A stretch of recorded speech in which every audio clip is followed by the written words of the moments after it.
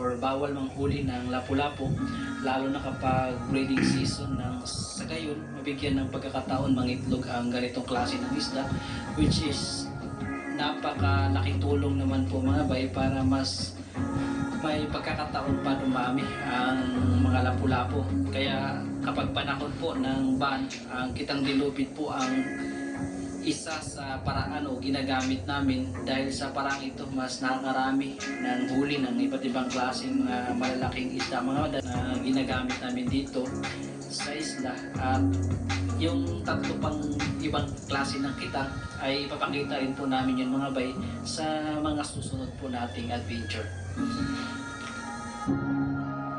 Kumain namin yan guys, kumain.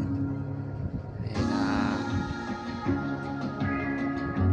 lalaglag na namin yan mamaya.